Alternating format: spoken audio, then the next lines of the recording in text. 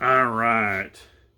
It is Friday the 14th of May, or Thursday the 14th of May. Let's not get a hold of myself, ahead of myself. And this is my practice video for today.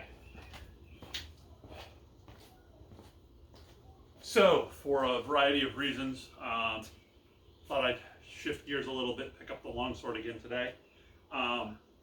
I want to talk specifically about solo trading and playing off some of our low guards, specifically using the false edge rising cuts, both the Mandrito and the Reverso Sotano, right? So we spend a lot of time from here, right, to the Porta de Ferro, whole iron gate.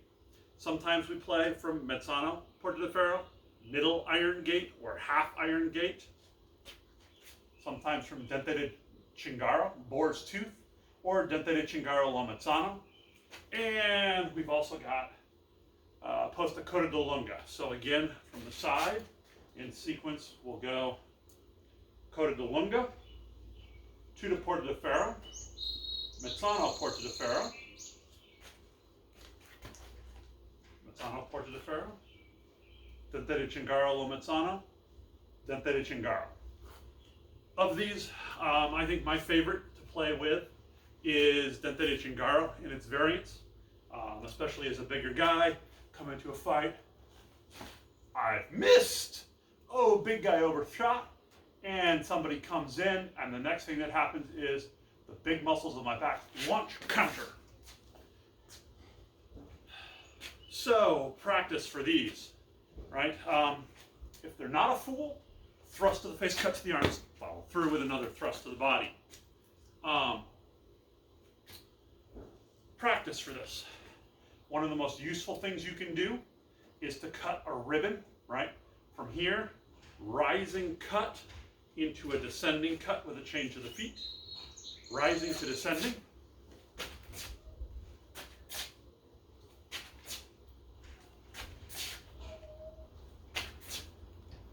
If I stop at the bottom, I finish that Reverso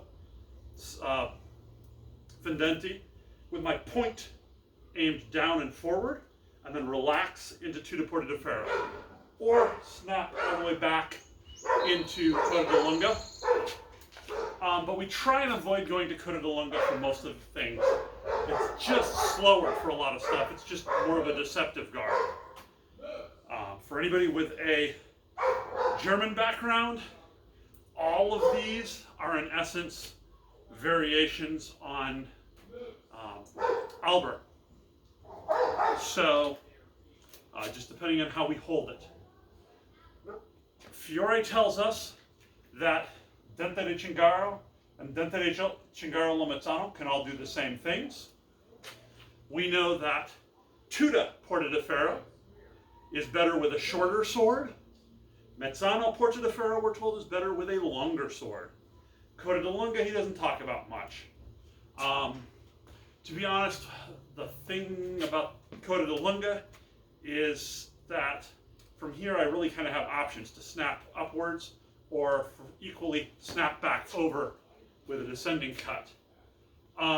Things we want to focus on in this training, right? If I'm here, from Dente de Cingaro, I take my good guard, right? So I'm here forward and wind this back. It's aimed about 45 degrees off to my side. My weight is still balanced. I can pick up either foot, but I should feel tension from my right shoulder to my left hip. That's the big muscles of your back stretched and ready to go. When this happens, I typically want to launch just with a movement of the front foot. My hands should not come above chest height or shoulder height at the highest. Then they rotate around and cut, finishing, and finish low. Right? And then from the other side, from Tuta Porta de Ferro, the blade turns forward and it comes up and back. Seems like such a simple, quick little thing. The number of times that these cutting sequences have 1-me points or a strike off of somebody who doesn't know how to deal with rising cuts or who doesn't know how to deal with other things is really astounding. So let's see here. Let's pause and set up for some practice. Okay, so you should notice I've actually got this bag set up a little lower than usual today. Just because these rising cuts tend to strike lower targets. I'm going to hit with these anywhere from about mid-thigh to the base of the rib cage. If I go higher than that from the low guards, I'm typically using a thrust. For example, Fiore tells us if I'm here and they do nothing and I want to hit them, I thrust to the face to draw a reaction, cut to the hand, redouble my thrust to the body. And the trick to that one is from here, extending with that, recovering forward with your back foot, and then continuing with the next thrust.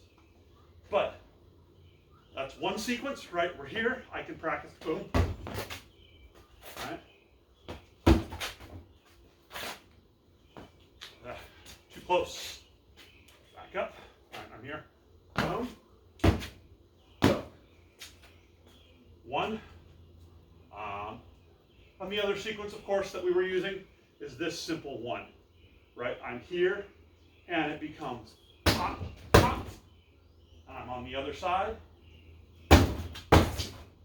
Right? So from this side, you can see cut, cut, cut, cut.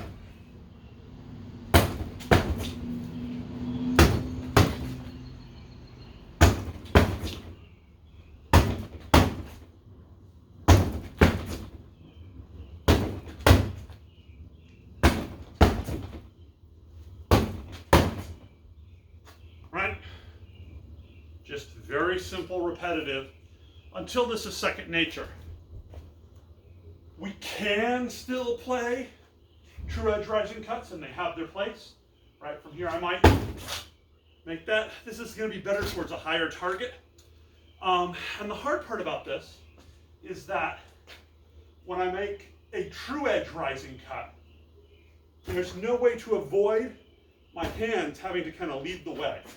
Right? Boom, my hands flow through the middle. And that's a risk point I don't want to take.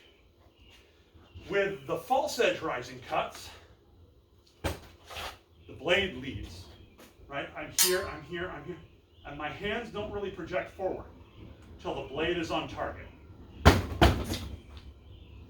Much safer for me. I don't know about anybody else, but I hate getting hit in the hands. And I'll do most things to avoid it. Because getting in the hands sucks, even with nice, expensive hand protection. So yeah, that's my little bit on the rising cuts. Thanks.